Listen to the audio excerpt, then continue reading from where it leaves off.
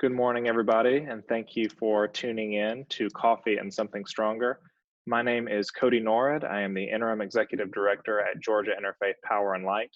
Coffee and Something Stronger is an interview style coffee chat show where we bring together academics, theologians, practitioners from around Georgia and around the Southeast to talk about issues of environmental justice, climate change, race, equity, and other social issues of our time.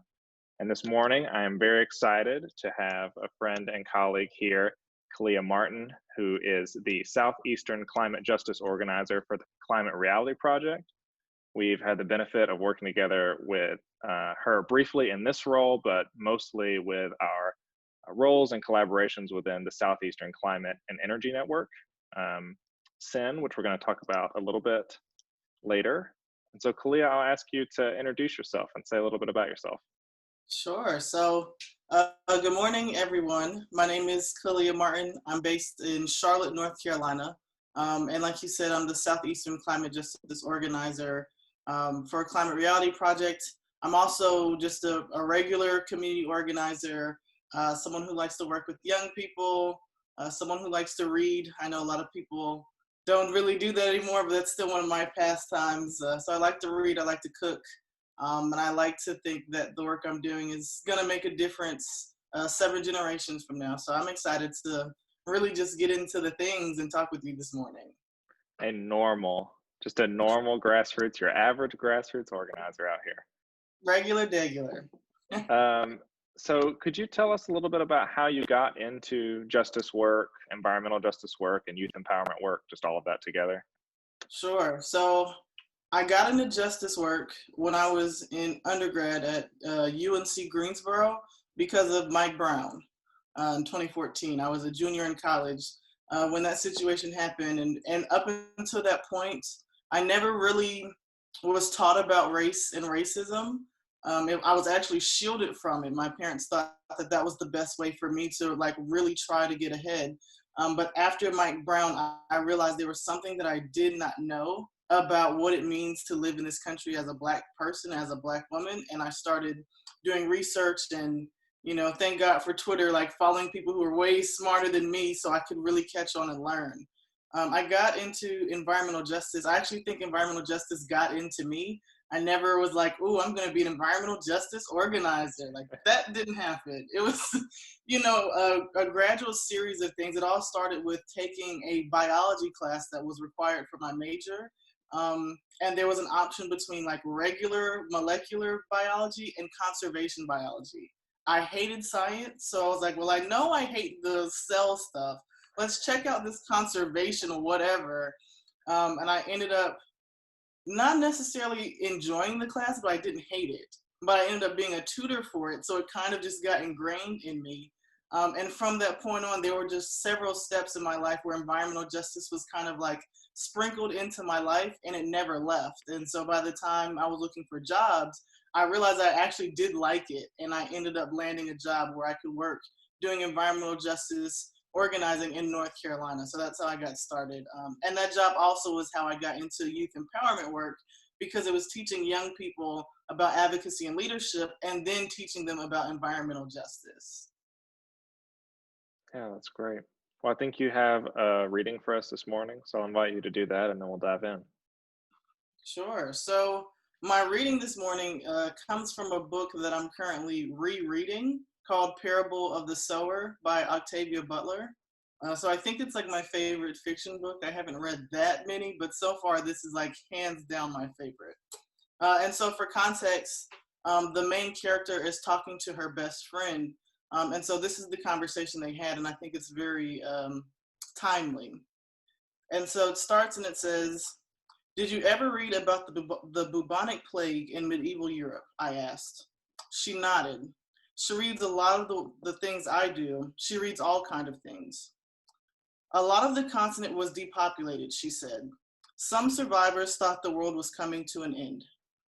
"Yes, but once they realized it wasn't, they also realized that there was a lot of vacant land available for the taking, and if they had a trade, they realized they could demand better pay for their work. A lot of things changed for the survivors." "What's your point?" "The changes." I thought for a moment.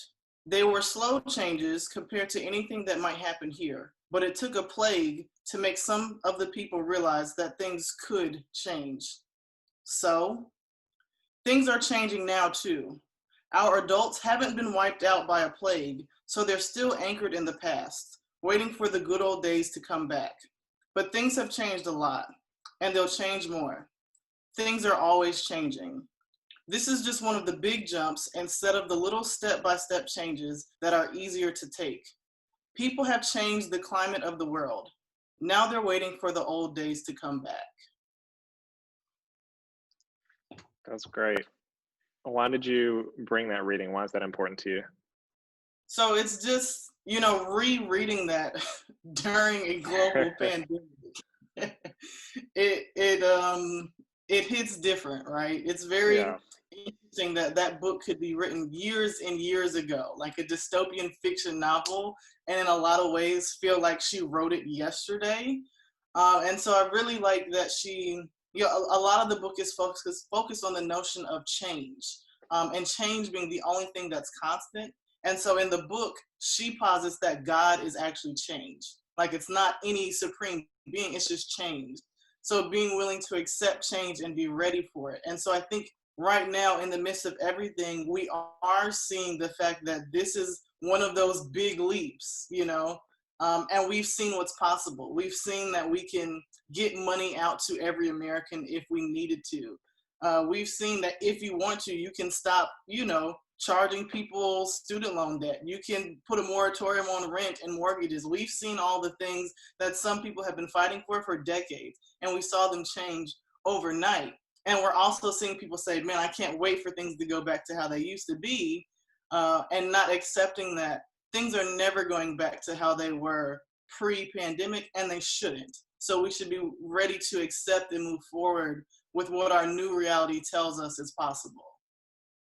Yeah. So as a grassroots organizer and somebody who's been doing this work for a while, and I think thinking about these spikes, right? These opportunities, these sort of big shifts that aren't, it's not a trickle, it's not a small policy that gets pushed through. It's sort of at the same time you have this pandemic that's happening that layers on top of other injustices, and then you get other kind of spikes in protests or movement for Black Lives, sort of visible features of a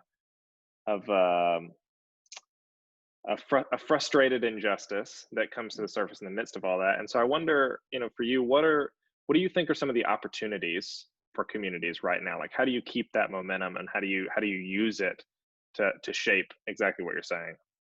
Mm-hmm. I mean, I definitely think to keep the momentum and the opportunity alive, we have to remind people of how many things we saw dramatically change that they told us were impossible. Because I think a lot of times when you're out in the community, like it might sound grand. Like when you say Green New Deal, people are like, oh my gosh, like that's just a pipe dream. And then you look at how fast we could put, what was it, like a billion and a half or $1 trillion in the stock market and watch it disappear in 15 minutes. But the fact that we did that, you know what I mean?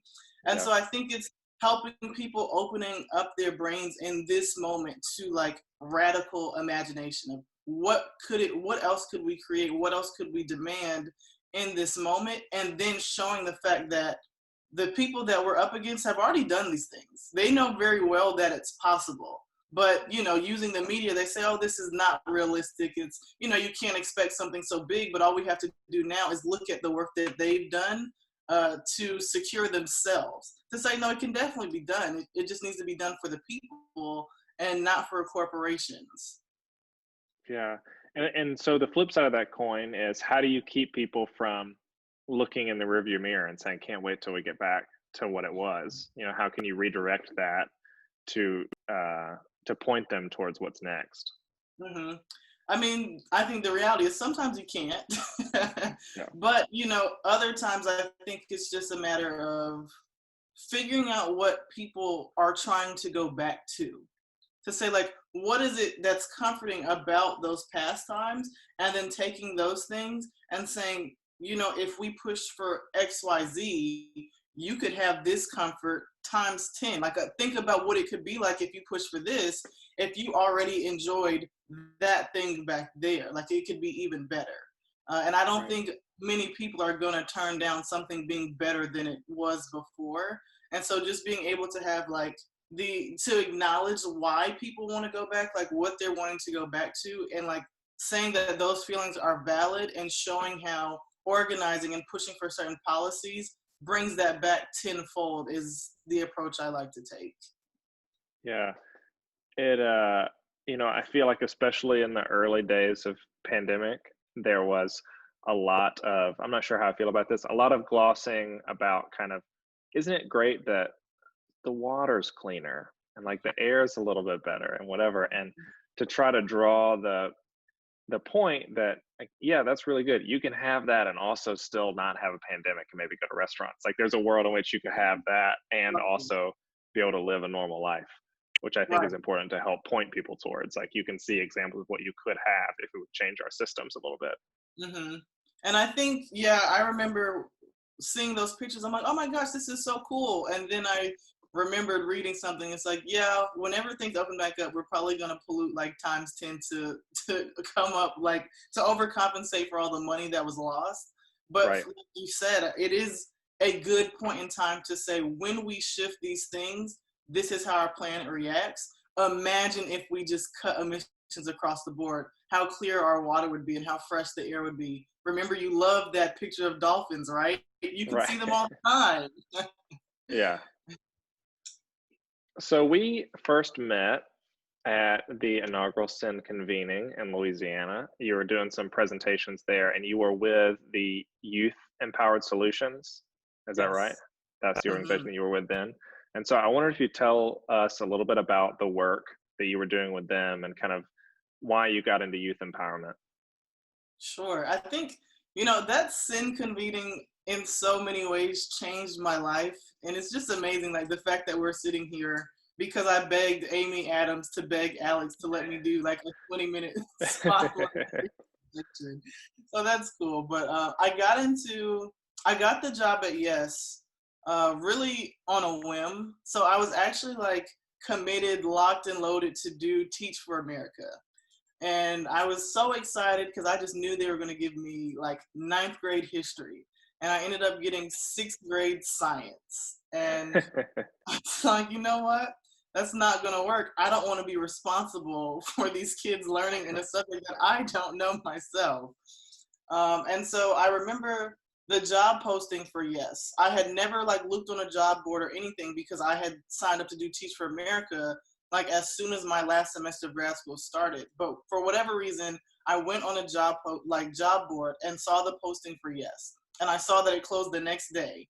And so when I read the posting, I was like, this is actually exactly what I want to do. I'm going to sleep on this. And so I went to sleep, and the next morning I woke up and I quit Teach for America and I applied for Yes. And so I basically like gave the interview everything I had, and luckily they liked me enough to take a chance on me.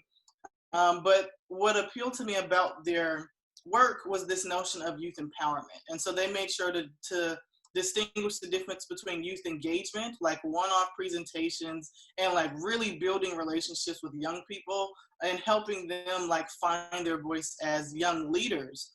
And so I thought that was really appealing to me. And of course, they were also explicit about wanting to teach them about racism and social injustice. And I'm like, that's me. Like, you're looking for me.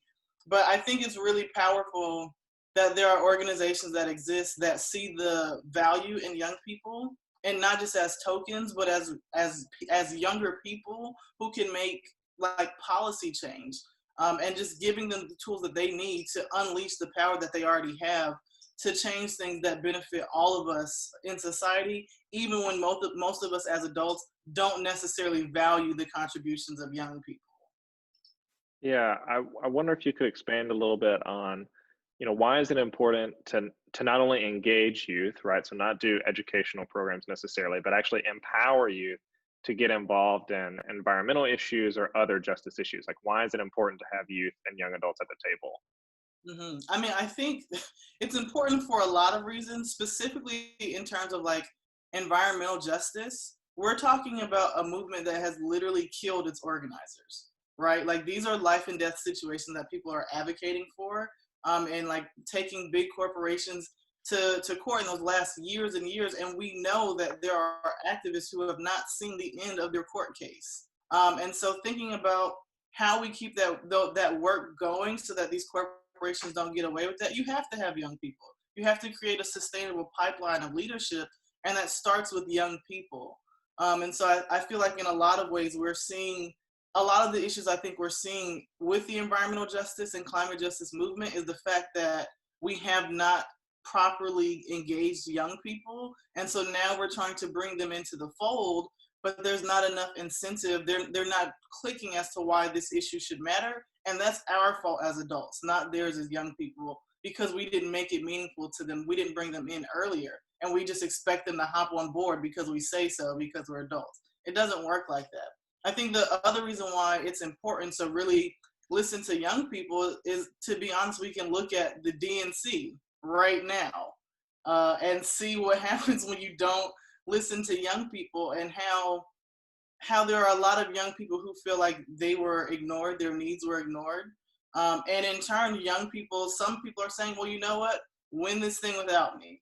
Do I think that's the best approach? It doesn't matter, because it doesn't change the fact that there are a lot of young people who feel like they are not being represented, and therefore they're taking their ball and they're going home. And again, that's on us as adults to say, okay, we need to make sure that we're listening to them because we need them. And that goes larger than elections. We need young people if we want to address the climate crisis. If we want to cure racism and end white supremacy in this country, we can't do that without the energy and the brilliance of young people.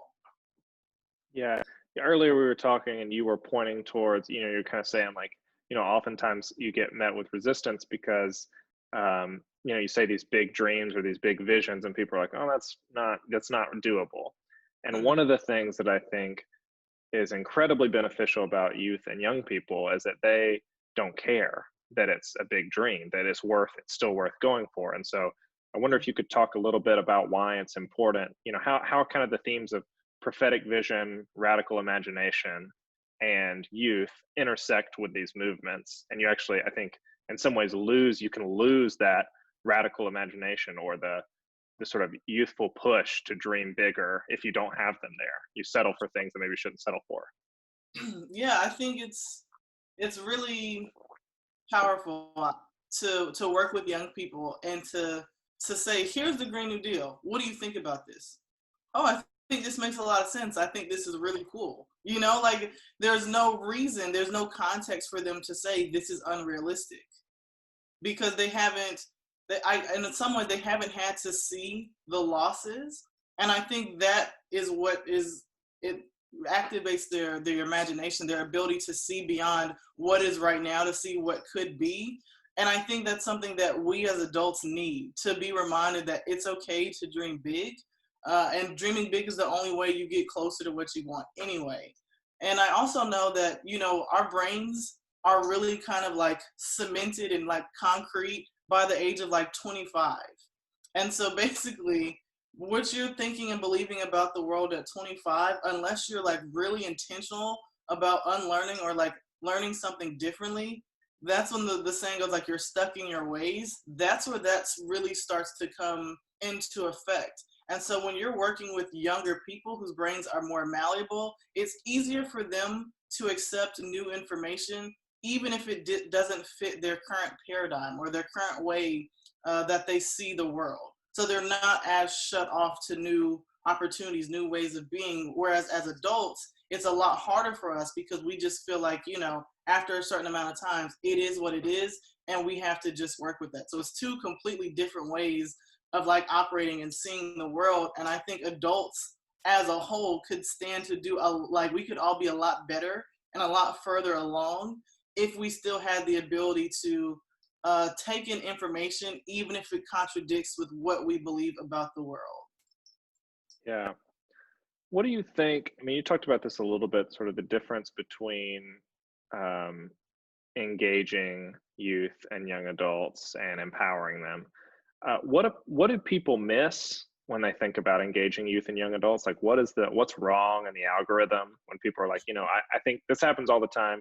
even for me. So we work with congregations all the time, and often people will say, well, we really need to do something to like educate the youth or engage the youth. And I have to bite my tongue to stop from saying, I don't actually think they need any help on this issue. I think maybe just let them talk and that would be better. But so why do you think that exists, that disconnect between engaging and empowering youth, and what do people miss? What are they getting wrong? How do we fix that?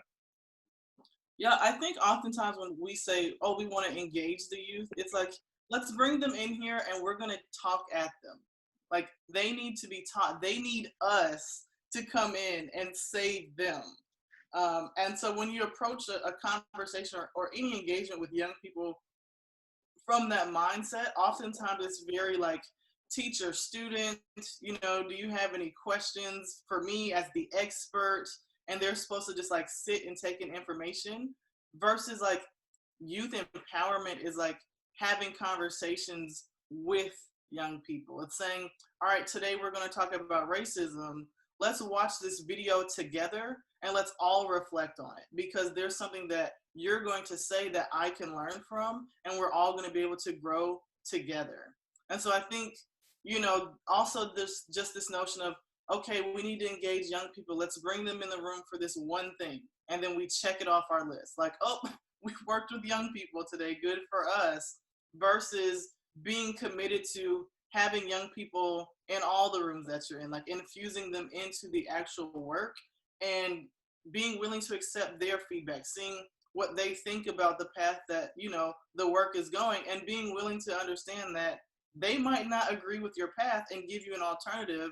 And you should be open to trying it, especially if you're saying you want to work with young people. Oftentimes as adults, we say, yeah, we want to do this work with young people, and they never ask young people how they want to be worked with.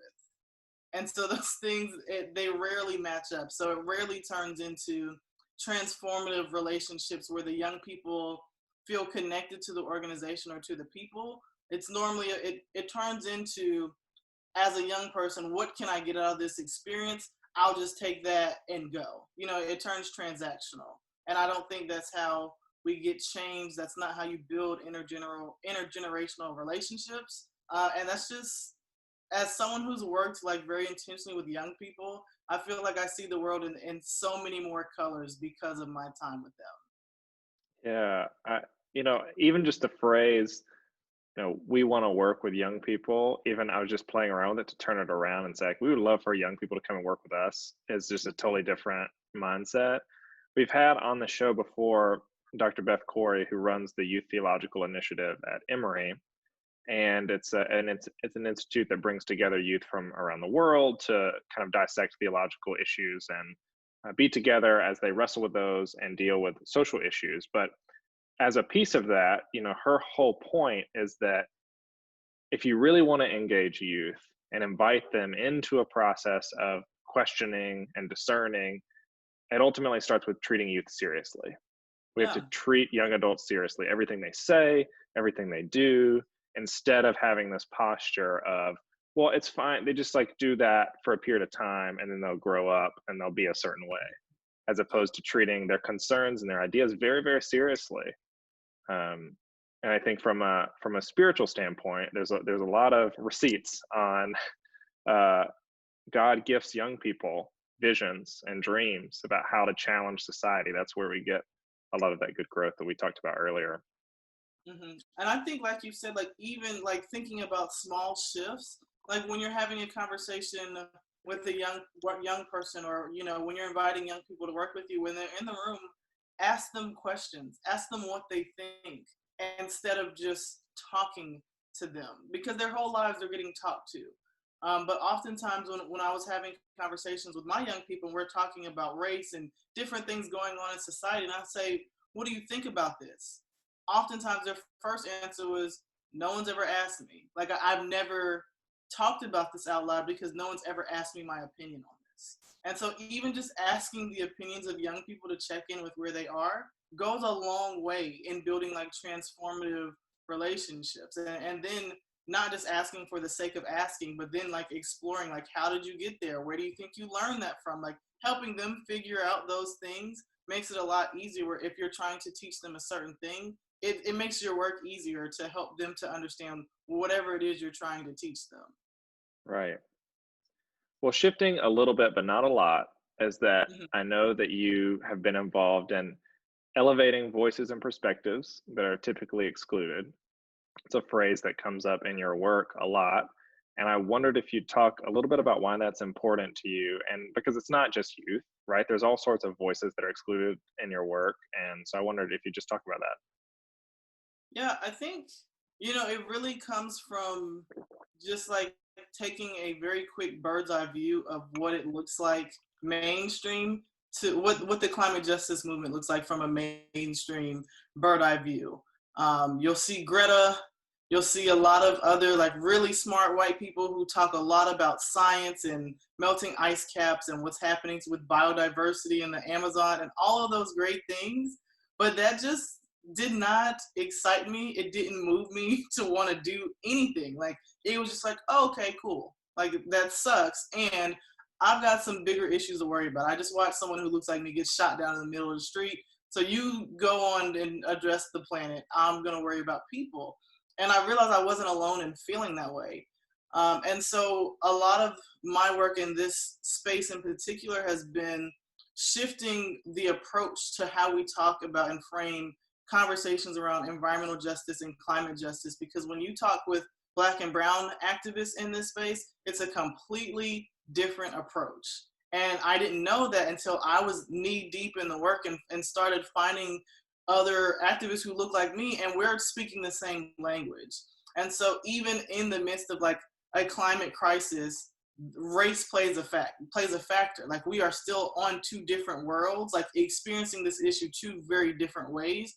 And I think it's important to acknowledge that duality, and the voices of Black activists and Indigenous leaders don't seem to be lifted up at the same level as, the science and the traditional leaders tend to be white males. And so I created a project called hashtag Black Summer 19. And this is something that I did with my young people. And we basically told the story about climate and environmental justice from an explicit Black perspective and an Indigenous perspective as well.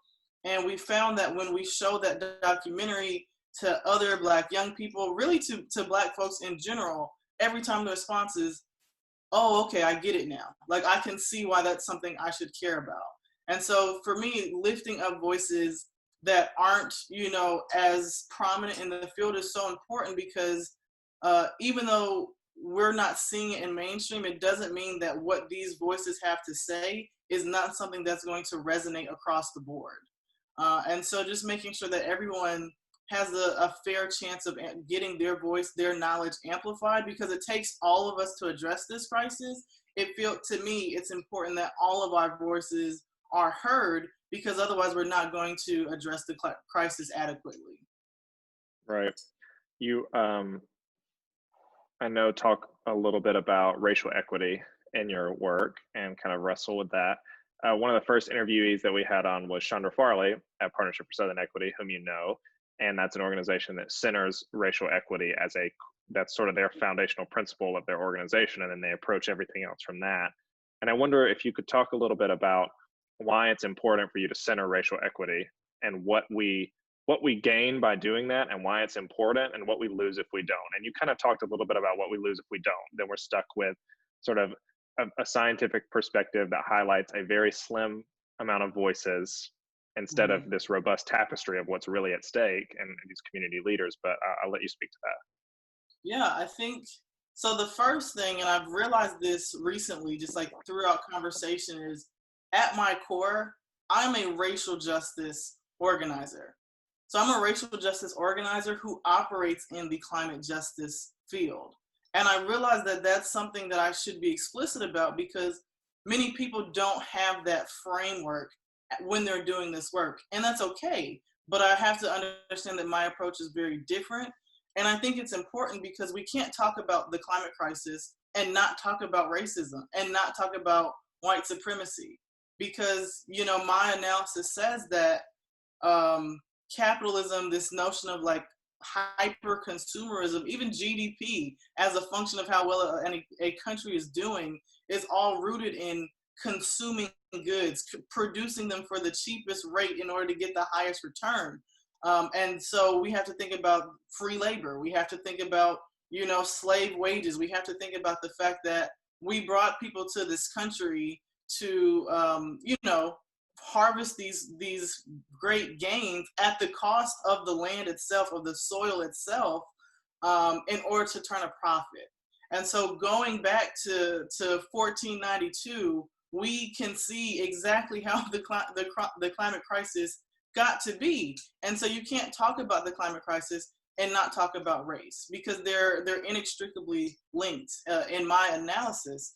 And so if we're in a movement and we're not addressing the root cause of the issue, we're never going to adequately solve it. And so if we can't see that white supremacy and capitalism as a strategy to attain material wealth is the reason why our planet is dying, the reason why so many people have to leave their lands that they've known for generations to move somewhere new, we have to understand that those two are connected. And therefore, if we want to address the climate crisis, we have to address the ways that, we operate as a country, as a global society, and how that's hurt people in addition to the planet, because the two are connected.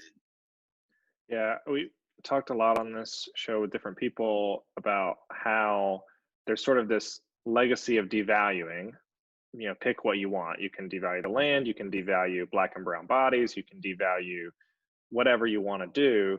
But I think the next step, and what you were saying, what hit me was, it's not just the devaluing, it's devaluing with the intent to destroy so that one might profit, is sort of what that is. Like you can do it with the land, but it's the intent to destroy, to get more out of it than you should. It's the intent to devalue a group of people so that you might destroy them and pillage their livelihoods and, sort of rape their history, if you will, to be able to profit off of that. I think it's really important to point that out. Yeah. Absolutely. And the fact that it was a conscious and intentional decision to do so. It wasn't an accident. Right.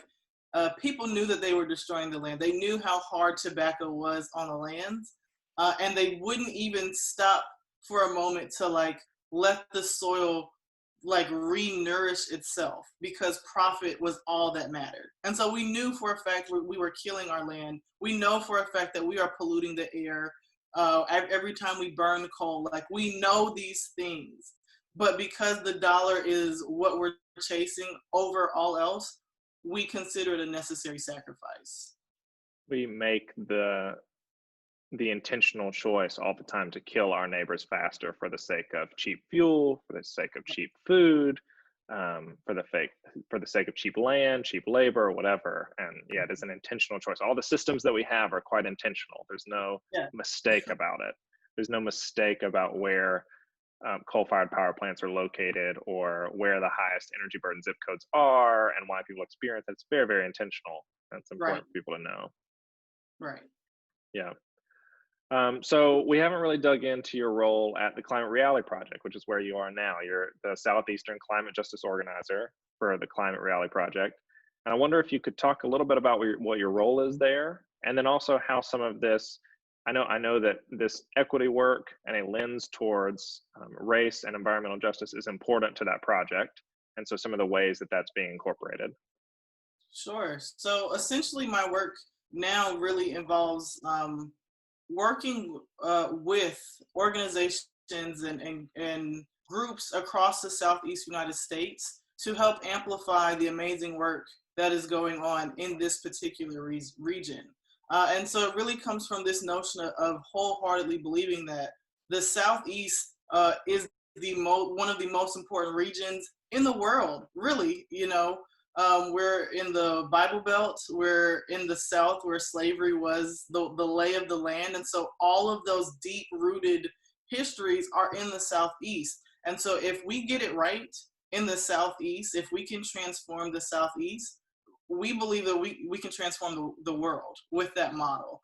And so the Southeast is a really important region. And so my role is to work with organizations like you all, to amplify the work that you're doing, to learn more, to figure out ways that Climate Reality can support by way of resources amplifying on our platform, like trying to figure out the best way to get this work the attention that it needs, because, states like California, they get all the attention, right? Because they do really good work, but we also do really good work in the Southeast. So it's about amplifying that work and showing the rest of the country how important it is for them to get behind this work.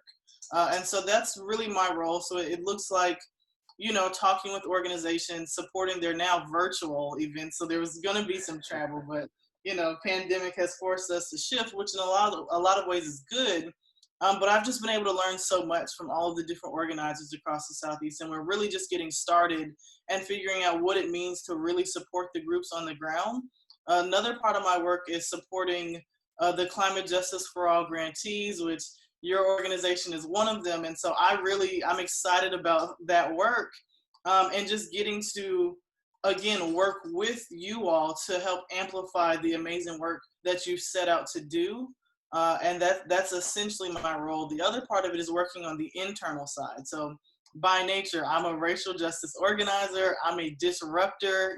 That's who I am as a person. And Climate Reality knew that when they hired me, right? So it's not a surprise. So I think another part of my role is looking at the ways that in Climate Reality we can be a better, more just, more equitable organization internally, because how you operate internally is going to shape how you operate externally. So Climate Reality is doing a lot of really great, really important work to examine organizational culture, to assess like how staff are feeling, to look at the ways that we can shift and do something different to make sure that all people feel more comfortable, that things are more fair. And I'm really excited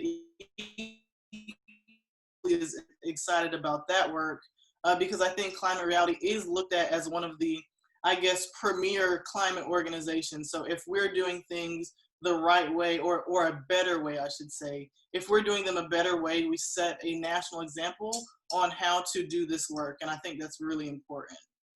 Yeah, well, they're really lucky to have you disrupting and doing work in the community. Could you talk a little bit about collaborations? So it's something that you're working on now with the Climate Reality grantees, but for a while you've been the co-chair of the Environmental Justice Working Group for the Southeast Climate and Energy Network.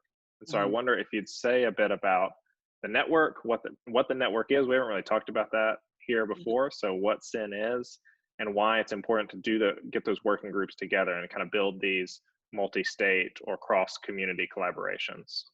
Sure. SIN, the Southeast Climate and Energy Network, sorry, I drew a blank, is one of my favorite organizations that I'm a part of. And I'm a part of a lot of different organizations, like in collectives. So SIN is definitely one of my favorites. It's a collection of organizations across the Southeast that are committed to clean energy and environmental justice work in their respective states. I want to say there's about 50 plus organizations a part of that network right now. I feel like they add a new organization every day. So it's a growing network, and it's really committed to this notion of like multiracial, multi-state, multi-issue, like coalition, where we're all supporting each other because we're all working towards the same goal. And so bringing folks together that may have different approaches, but the same end goal to figure out what we can take from each other to be more successful in our efforts individually, so that as a collective, we all win.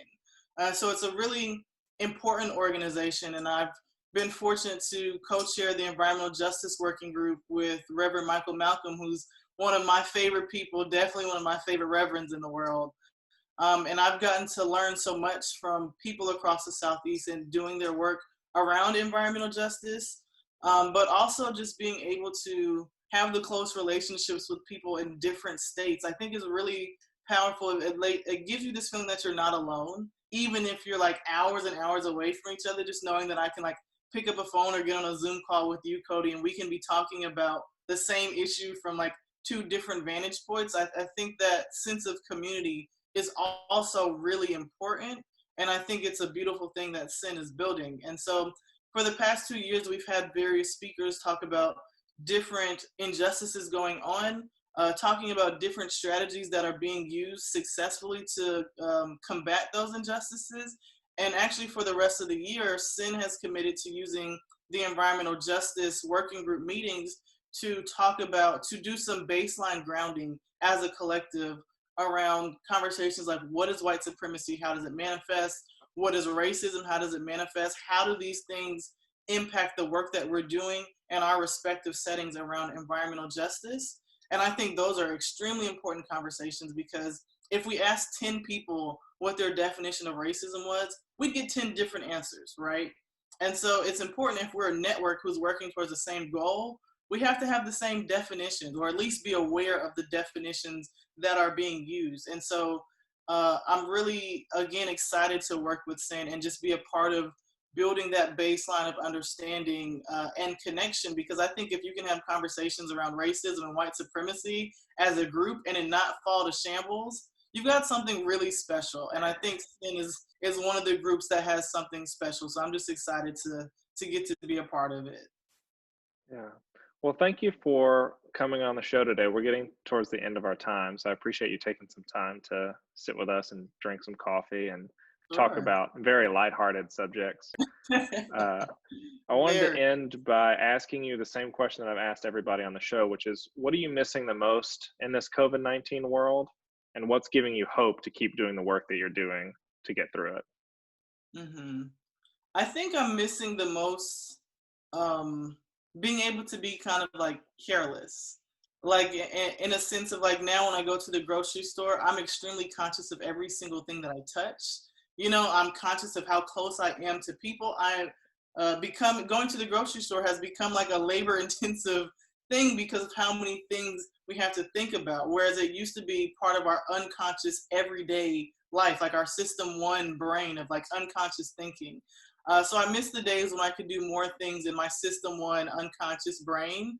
And I'm also excited that now I've been able to tap into like my system two very conscious, very explicit brain more often, because I feel like it's building that muscle of how to be critical, how to be intentional in every aspect of my life. And so I feel like I've taken the lesson of being more intentional in the grocery store and applied that to being more intentional about what I read when I wake up in the morning, or how I interact with my family when I see them. So I'm hopeful that as the pandemic clears up, that we all are still more intentional with how we treat each other as human beings, and that we're more appreciative of being able to be around human beings, and like that would cause us to be kinder, more compassionate, more understanding. So that's what I'm hoping comes out of this, because we've had to be so intentional with everything for so long now. Yeah. Well, thank you again for coming on. I'm going to close this out with a quote, and I wanted to just reiterate the importance of taking youth seriously and lifting up diverse voices who are often not brought into the spotlight because there's a traditional way of valuing a very slim, particular voice. And in light of that, I just wanted to read a quote from Isra Hirsi, who's 16, co-founder of the Youth Climate Strike. Mm-hmm. And this is just a tweet that kind of sums up a lot of what we've been talking about today, which is, when we talk about the climate crisis and we don't talk about these communities that are being affected, we create this circle of it becoming a white issue, or an issue that doesn't care about Black and brown bodies. And that allows for solutions that don't care about Black and brown bodies. Mm-hmm. Yeah. I'll leave us with that. Kaleia, thank you for coming on today. Everybody, thank you for tuning in. You can find us here at the same time, same place. Next week, we'll be talking with Brandon Hatton.